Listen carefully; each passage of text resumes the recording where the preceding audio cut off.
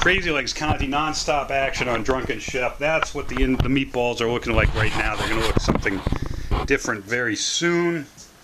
Still got to do the cheese, garlic, parsley, salt, ground pepper, olive oil. Here's pepper. We're going to speed up the process. There's pepper. We're not even measuring anything. We're going to be competing against the meatballs from the meatball shop. Yes, the meatball shop. Look at that. Pink Himalayan salt. I don't think they're using that at the meatball shop. And although they probably remember what they're supposed to put in there. Let's keep this under YouTube regulation 10 minutes. Olive oil, that's right.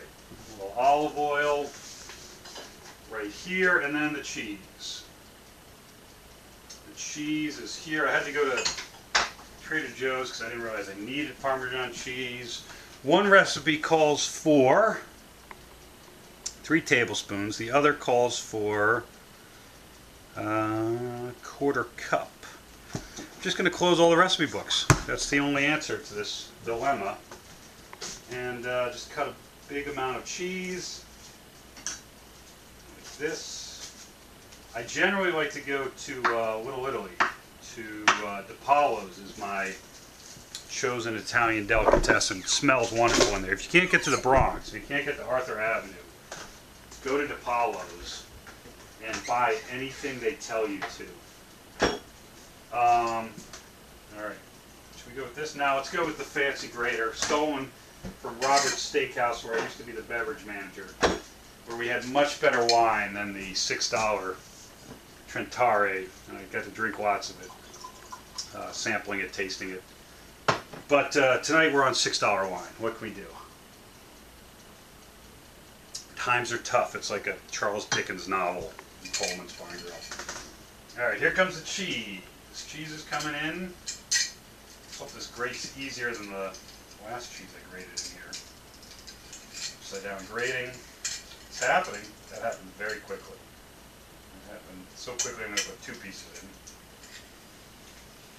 Cheesy meatballs coming up. That worked out well. That might be enough. I think that's going to be enough. I feel like that's enough. So we're going to just... It smells like anchovies in here. Do you smell that? Just kidding. I'm not that drunk yet. Pretty good. A little mealy.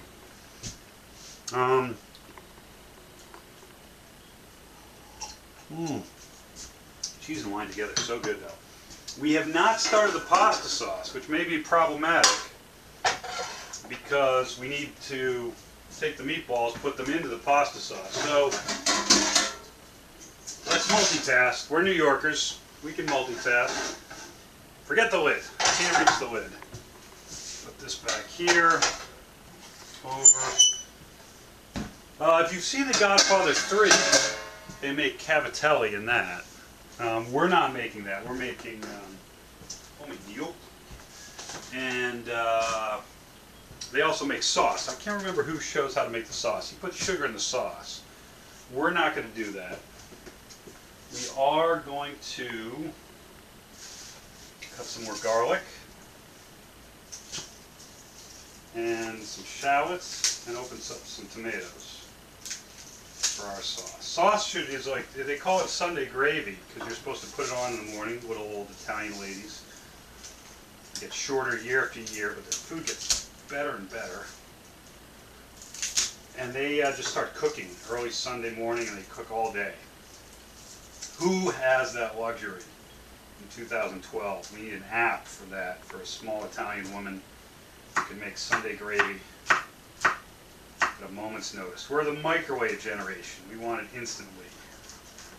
Alright, chopped some garlic. I'm going to chop some, this is a giant shallot. I don't think I need all that shallot. That's too much shallot for one man. Just take half of it. And let's turn on the heat. One nice thing about cooking is repetition.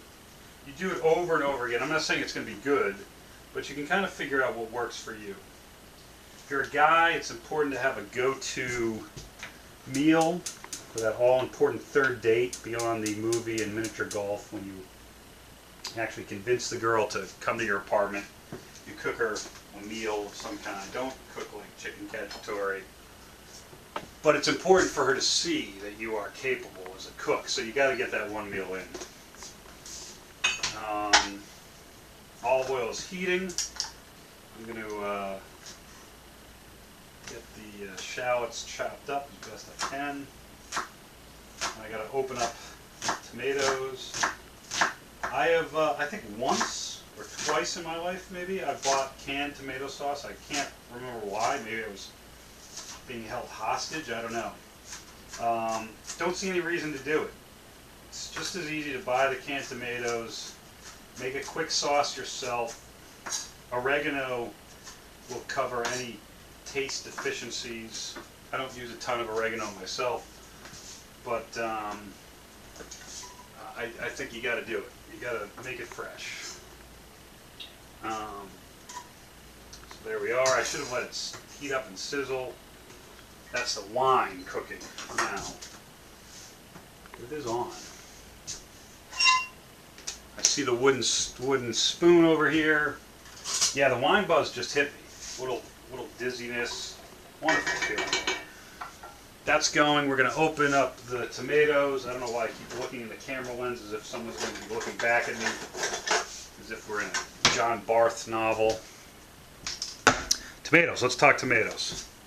San Marzano, DOP. I do think there's something to buying good canned tomatoes. If you can't can them yourself, I feel like skimping on the tomatoes is the worst thing you can do. There's sugar, acidity in the balance. You want to find a tomato brand that you like, that makes your sauce unique and distinctive. You know what I should probably throw in there is a little kick. Oh, you know, I have no red pepper flakes. So no, we don't need any kick in this sauce. Alright, I am opening this with the Ovo can opener. I think I've done it, hopefully. That was exhausting. I should have done more push-ups. I did go running this morning in Central Park, 4 miles, listening to the Tubes the whole way.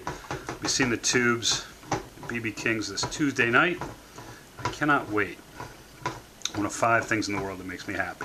If you want to know what the other things are, you can go to a podcast called Rudderless at Podbean. I can hear things sizzling. The cans are opening. Alright, we're going to pause here. We're going to make some sauce. Coming up very soon on Drunken Chef. You know what? The battery is dying. Stand by. Meatballs.